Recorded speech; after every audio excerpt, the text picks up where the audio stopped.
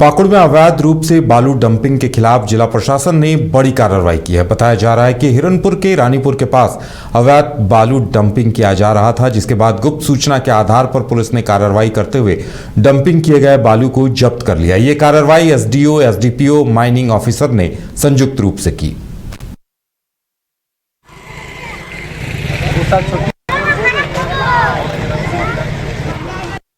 मोजा क्या नाम है? रानीपुर मोजा का ये सूचना प्राप्त भारी पैमाने में जो है ये बालू का डंपिंग हो रहा है। इसी जांच के लिए हम लोग आए थे, पूरा डिपार्टमेंट स्टाफ है, क्योंकि वैध चलान या कुछ कागज में दिखाने क्रम जो है हम लोग उसको जब्त कर रहे हैं और बाकी आगे। कितना बालू हुआ 70 रुपये?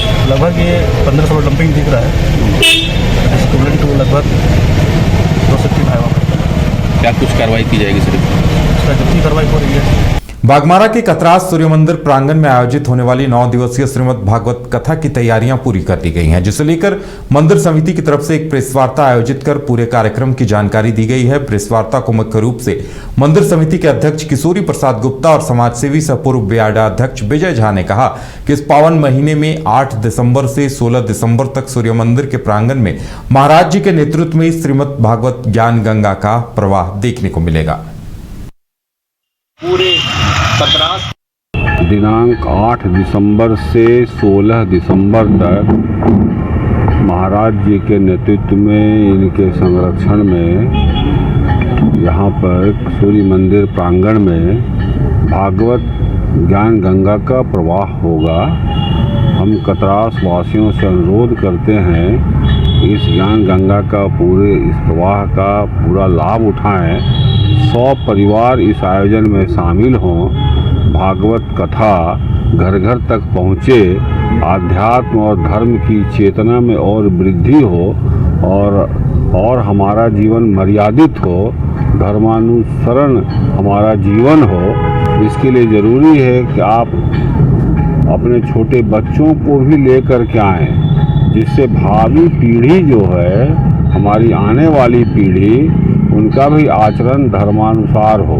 श्री सूर्य मंदिर कमेटी आदरणीय हमारे पिता तुल्य अभिभावक समान श्री विजय झा जी, सिलंदर बाबा जी, हमारे किशोरी गुप्ता जी, विनय गुप्ता जी और कतरास बाजार के सभी समाज के बुद्धिजीवी लोग, सभी गुजराती समाज, मारवाड़ी समाज, बिहारी समाज, सभी के सहयोग से यह सुंदर श्रीमद् भागवत कथा ज्ञान गंगा यज्ञ की रस वर्षा अगहन महीना में होने जा रही है। यह कथा का एक लक्ष्य है कि श्रीमद् भागवत कथा सुनने से इस कलयुग में मुक्ति मिल जाती है। मुक्ति का मतलब मरना नहीं होता, मुक्ति का मतलब जिसने भागवत को अपने जीवन में ग्रहण किया उसे जीते जी मुक्ति मिल जाती है। तो भागवत का मतलब है भगवान का उपदेश का नाम भागवत।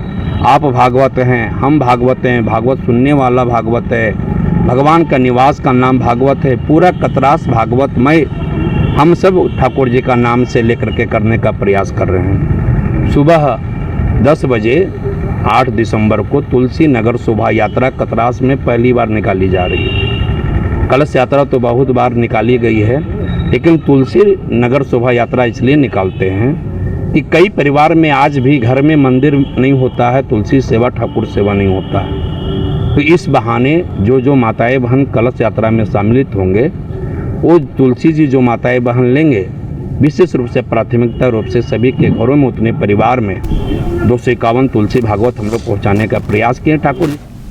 विधानसभा चुनाव संपन्न होने के बाद कोडरमा में रेलवे यूनियन के चुनाव को लेकर मतदान की प्रक्रिया शुरू हो गई, जो 6 दिसंबर तक चलेगी।